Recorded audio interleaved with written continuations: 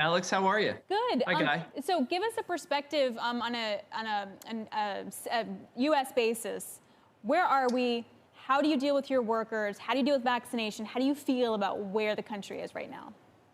Yeah, so let's back it up. We'll start with Chobani first. I look at it in two parts. One was keeping our employees safe and secure from the very beginning, and the other is our company's role and the private sector's role in helping the country get back to normal.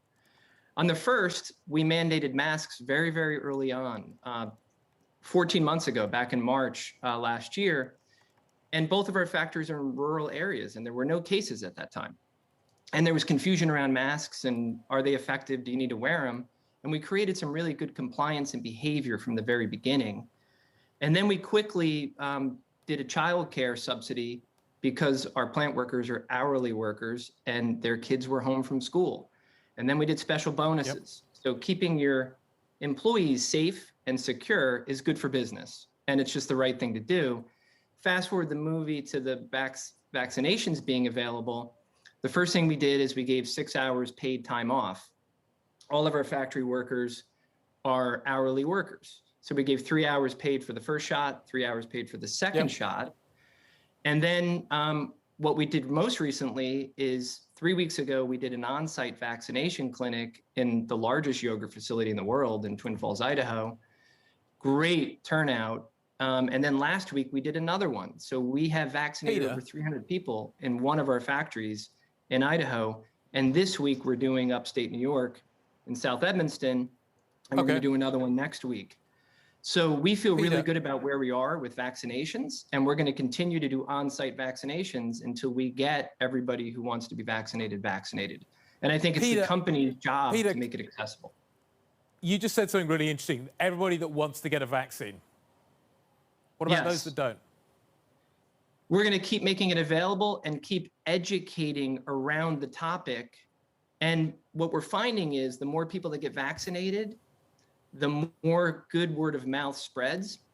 We also have education sessions with local doctors so that they can talk to the community about the benefits of being vaccinated. So I think more and more people get vaccinated over time. And of course, making it accessible and actually paying people to get vaccinated only helps. Yeah, I've heard about that sort of word of mouth thing as well. That's got a cost, though. And I'm wondering if you could help put in perspective the cost you have to put out for that, in addition to any sort of other increase in costs that you see as we look ahead to tomorrow's consumer price index. Sure. And I know you cover inflation a lot, but so the cost of keeping your employees safe and secure is a large cost, but we don't look at it as a cost. We look at it as an investment. And if you have a healthy, happy, productive workforce, you're going to perform well as a company. We have not closed our factory down. Our factory is run 24/7, uninterrupted since the pandemic began because our employees have been safe and productive. You can't put a price on that. And we perform well as a company as a result because the demand for healthy snacks are increasing exponentially. They were before COVID, but they are in a big way during COVID. Yep. So I think that's an investment. And whether that be a special bonus or a child care subsidy or paying people to take time off to be vaccinated costs a lot of money, but it's an investment and it's the right thing to do. Inflation, go ahead. Sorry, how much does it cost to train an employee? I'm wondering what the relative cost here is versus training up somebody new. And I'm wondering whether or not you're struggling to find people to do the jobs that you need doing. Are there plenty of people out there? We've still got relatively high unemployment in the United States. Is that a problem? Or is it actually hard to find the people that you need with the skill set that you need to do the jobs? It's a great question, Guy. We don't have any issues on the labor side. Unemployment is relatively high, but we have very high retention rates.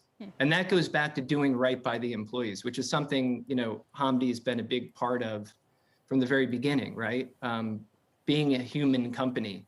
So our retention is very high because we kept people safe and supported and they wanted to go to work throughout the pandemic. So we've had very, very low attrition.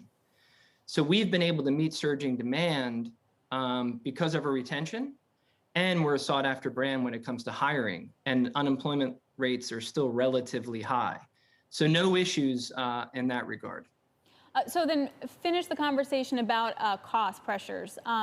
You were mentioning how this costs money, but what about any supply chain issues? Yeah, and Alex, I know this is an area near and dear to your heart, and it's affecting everybody, all companies, and it transcends Chobani, it transcends the US, it's a global issue. So labor, you're seeing steel, lumber, milk, distribution, all seeing inflation across the board. You're also seeing, equipment delays because of border closures. I'm happy how we performed and navigated this because, what companies need to do is execute the fundamentals well. We happen to be in a food company, and there's high demand for healthy, better for you snacks. So we just had to execute well. So we demand planned and forecasted very accurately and leaned in. So we were able to secure our raw materials without any interruption and very little inflation. But one thing we're never going to do as a company is pass those inflationary costs onto the consumer. In the end, we're a modern food company that wants to make better food more accessible. Delicious, nutritious, natural food that's accessible and affordable. Good food's a right, not a privilege. So we want to keep that accessibility. And if you perform well as a company, you should not need to pass that on to the consumer. Let's talk about the consumer. You talked about the pandemic accelerating a process that was already underway. Do you see some deceleration when people go back to the office, go back to something that is akin to what was normal life? You've done a deal with PepsiCo as well. I'm wondering what impact that's going to have in terms of the channels you're going to be able to access. What does demand look like now that more and more people are getting vaccinated? It's a great question, guys. So we saw a surge in demand like many food companies did early on in the pandemic. With us, the surge became the baseline.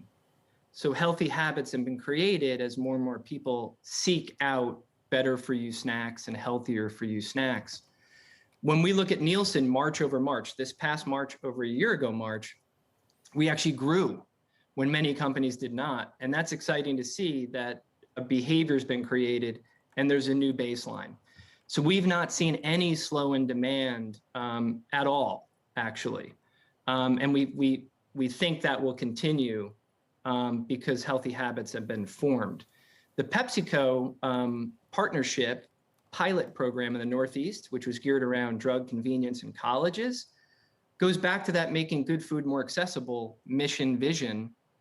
And they have a very sophisticated distribution network that can get into certain pockets that our products were not available in. And so this is 2 weeks old, and it's really encouraging so far. We're seeing an uptick in sales and excitement in areas that our products weren't as available before. So that's super encouraging right now. It's only 2 weeks into the pilot, but so far so good.